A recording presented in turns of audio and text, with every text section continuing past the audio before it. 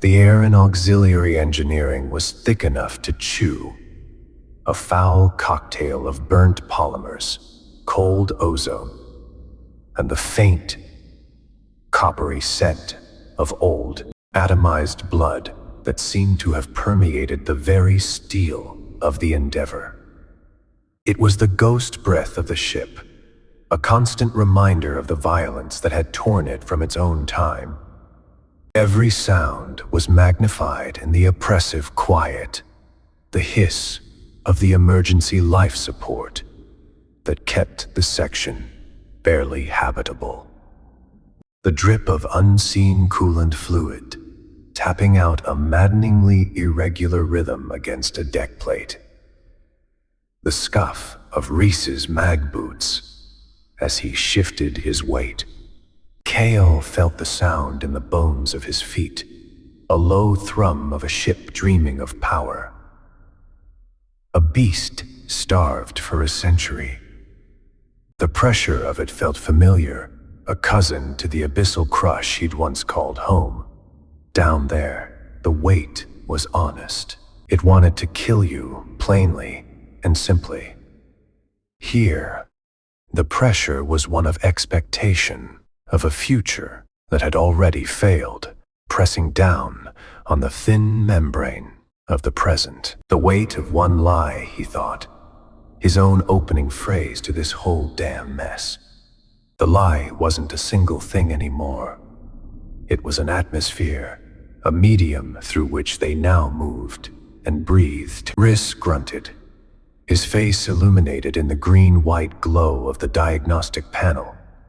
He'd jury-rigged, sweat beaded on his brow, each droplet a tiny lens reflecting the cascade of incomprehensible data scrolling past.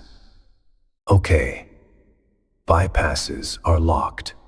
The primary conduits are slagged, just like we thought. But I found a tertiary channel, some maintenance line, probably for diagnostic systems, but the shielding looks mostly intact. Mostly. Sloane's voice was a sharp edge from the other side of the junction box. She was monitoring the biosignatures of the crystalline growth. What little she could with their scavenged equipment. Her theory was that a sudden power surge might activate it, make it grow, or worse. Worse was a territory of such boundless horror. Kael refused to let his mind map it. In our current line of work, Rhys, mostly is a synonym for deadly. It's all we've got. Kael said, his voice a low rasp. He kept his gaze fixed on the schematics displayed on his datapad. The flickering blue lines, a mockery of order in this Cathedral of Chaos. He was tracing the path Rhys proposed, a thin, almost forgotten capillary next to the great dead aorta of the main power conduit. It was a stupid risk. It was the only risk. The emergency cells are degrading. We have maybe 12 hours before this section goes dark and cold. We need access to the primary log core on the bridge. We need to know what the Cinder Margin is. We need to know what happened to Valerius. 12 hours. The name hung in the air, heavier than the stench of decay. Admiral Valerius, the architect of this future catastrophe. A ghost whose strategic brilliance, according to the fragmented logs, was matched only by the sheer, soul-crushing cost of his victories. Or what passed for victories. Some wars are fought to be lost. The phrase had become a prayer wheel in Kael's mind, spinning endlessly. He had been a soldier. He understood sacrifice. You gave lives to take an objective, to save more lives. It was the brutal, bloody arithmetic of command. But this felt different. This felt like feeding men and women into a furnace, not to forge a sword, but simply to watch them burn. To create an ash so vast it could blot out a sun. For what purpose? "I don't like it, Kael," Sloane said, her focus shifting from her monitor to him. Her eyes, even in the dim light, were fiercely intelligent, burning with a defiant light he both admired and feared. "We're sending a live current through a system we don't understand, on a ship infested with a parasitic organism that reacts to energy fields. We don't even know what's waiting in that data core. Some truths are just poison. We're already poisoned," Kael countered, not looking up from the datapad. His fingers felt thick and clumsy on the screen. "We're breathing it. The hegemony is the poison. The lie that we're winning, that Mars is a paradise, that the contribution cycle means anything other than indentured servitude. That's the disease. This ship, this is the long shot, back alley cure that will probably kill us." He finally met her gaze. "But the disease is a certainty." He could see the argument die on her lips, replaced by a weary resignation that mirrored his own. She knew he was right. They couldn't go back. To surrender this ship to the hegemony now would be to hand them the very weapon they would use to perfect their lie, to streamline the path to the future they'd already witnessed.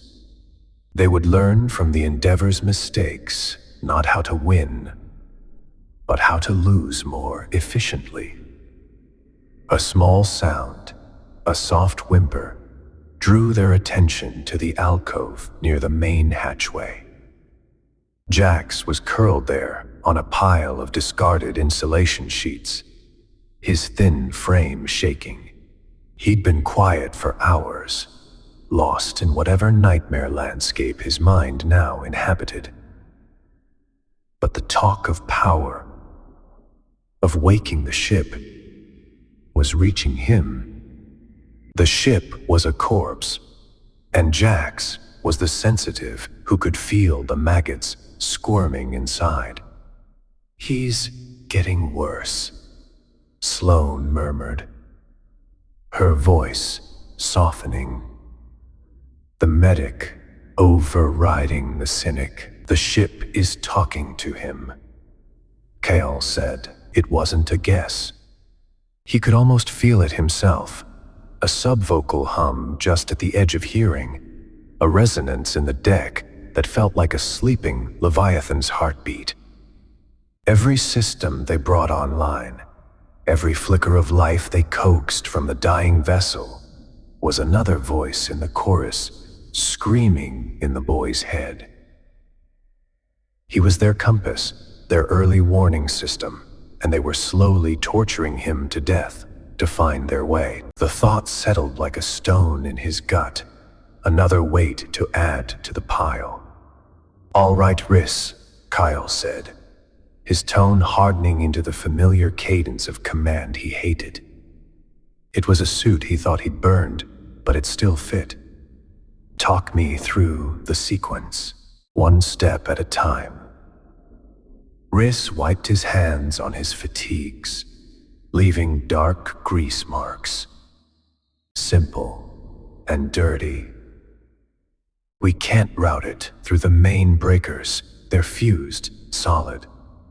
I'm going to have to manually connect the emergency battery output directly to the tertiary conduit terminal. It's a raw feed. No safeties, no regulators. If there's a short anywhere between here and the bridge, the conduit will flash fry itself. We get one shot, and us with it," Sloane added dryly. "That's the dirty part," Rhys confirmed, offering a grim, toothy smile that didn't reach his eyes. Once I make the connection, you'll have about 5 seconds, Kael, to initiate the power draw from the bridge command node on that datapad. Any longer, and the battery will overload the maintenance line. Any shorter, and the handshake fails. The core's firewall will see it as a hostile surge and lock us out. Permanently. 5 seconds. An eternity. A single breath. In the crushing dark of the abyss, 5 seconds could be the difference between a controlled ascent and a hull implosion that turned a man to red mist. Time became elastic under pressure.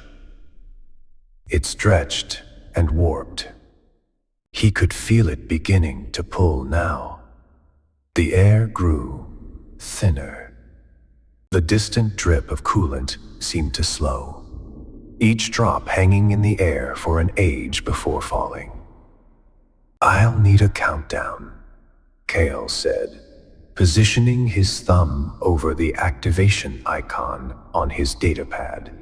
The glowing rune seemed to pulse with a malevolent energy. "Jax," Sloane said, moving to the boy's side.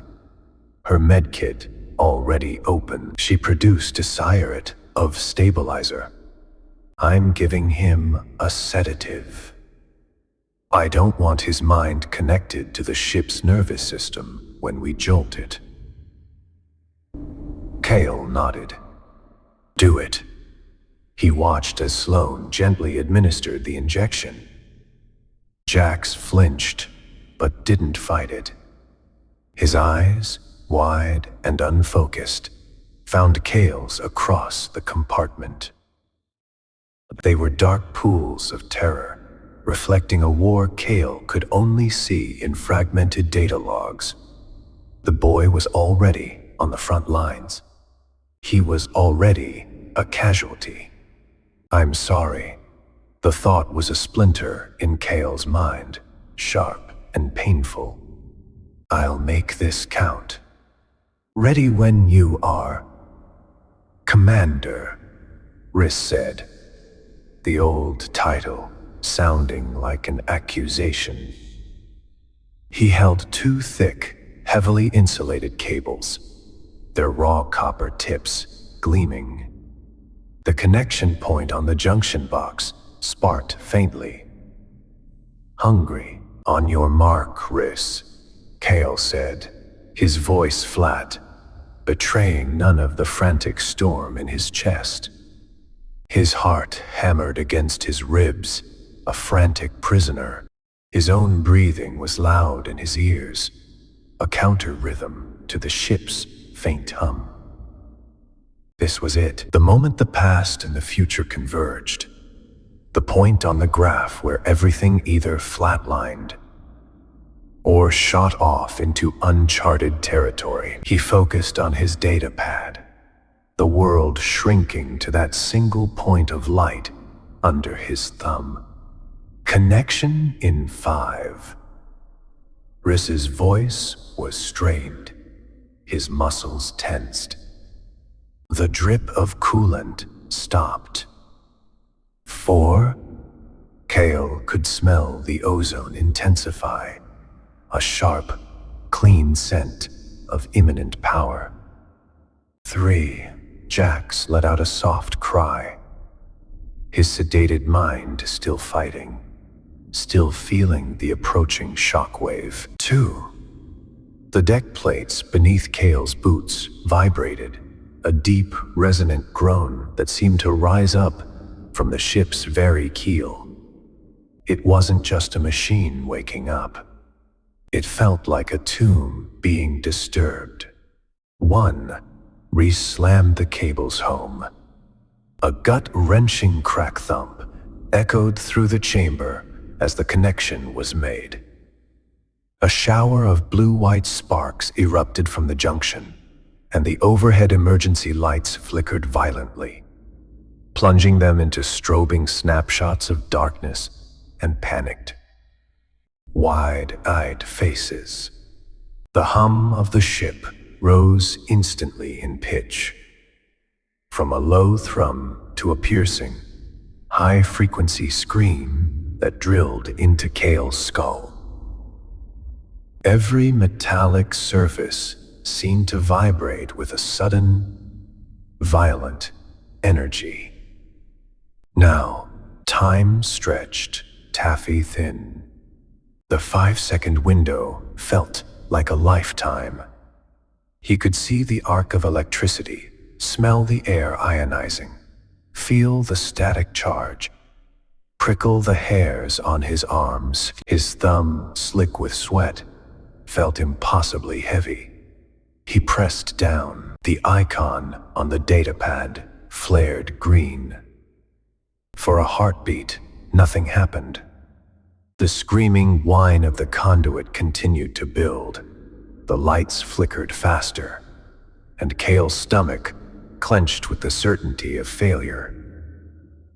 He pictured the conduit melting, the battery exploding, the hull integrity failing. He saw their end, a brief, silent flash in the vacuum of space.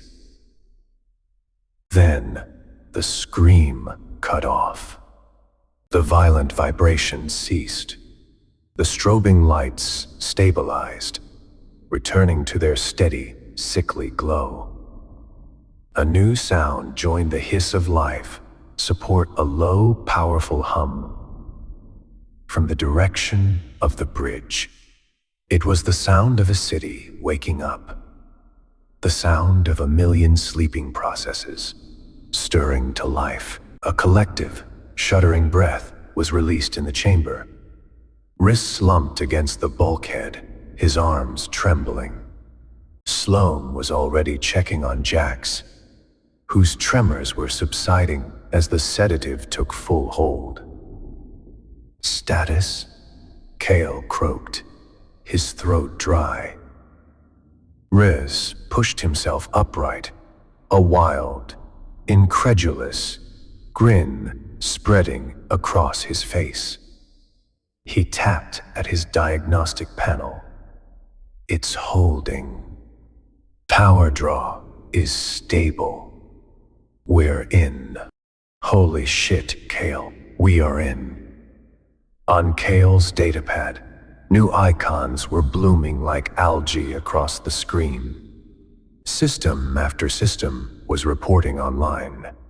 Environmental controls, internal sensors.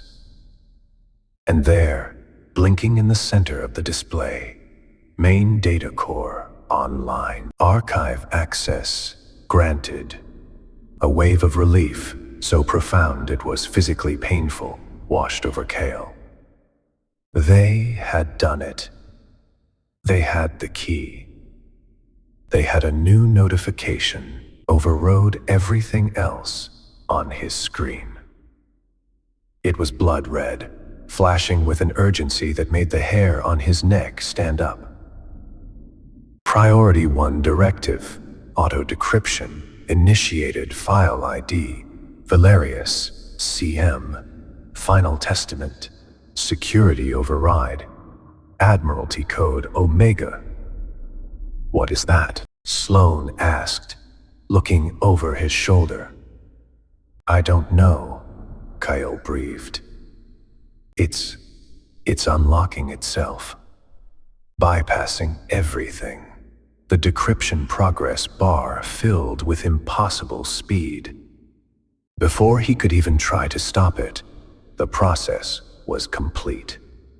The file opened. It wasn't a data log or a tactical report. It was a live audio-visual feed, relayed from the bridge to their datapad. The image was grainy, distorted by static, but unmistakable. It was the command chair of the Endeavor. Slumped in it was a man in the tattered remains of an admiral's uniform. His face was gaunt, aged decades beyond his years. his eyes hollowed out by horrors Kael couldn't imagine. A thin trickle of blood ran from the corner of his mouth. It was Admiral Valerius. He looked directly into the camera, as if staring across 100 years of time at Kael himself. The bridge around him was a wreck, alarms flashing silently in the damaged room, the view screen showing not stars, but a swirling, chaotic vortex of energy. He raised a shaking hand, not to the controls, but to a small, worn photograph clutched in his other hand. His voice, when it came, was not the confident broadcast of a hegemony hero, but a dry, broken whisper, a deathbed confession meant for no one and everyone. They wouldn't listen, Valerius rasped, the sound crackling with static and despair. The cost was the point. Not a bug, a feature. He coughed. A wet, rattling sound. The Cinder Margin isn't a strategy. It's not a line on a map or a tactical objective. He took a ragged breath, his gaze boring into Kael. It's a body count. A quota. It's the minimum number of our own people we have to feed to the Xenos, to keep them from getting bored, to keep them from looking for the real prize. He smiled, a ghastly, bloody grimace of ultimate cosmic irony. We aren't fighting a war to win. We're a sacrifice, a distraction, a delaying action. The feed flickered. Behind Valerius, something on the view screen changed. The swirling energy parted, and for a terrifying, crystal-clear second, Kael saw what was on the other side. Not a fleet, not a planet. It was a structure, impossibly vast, a lattice of black, chitinous material and pulsing organic light that dwarfed star systems. It was a thing so alien and so enormous that it broke the laws of physics, a monument to a power beyond all comprehension. They're not coming from Mars, Valerius whispered as the structure seemed to loom closer, to fill the entire screen. They're coming for Earth. The feed cut out, replaced by a single static-laced word on the screen. So, the silence that followed was more profound, more terrifying than any scream. The weight of water, the weight of a lie, they were nothing. Nothing compared to the crushing, absolute weight of the truth.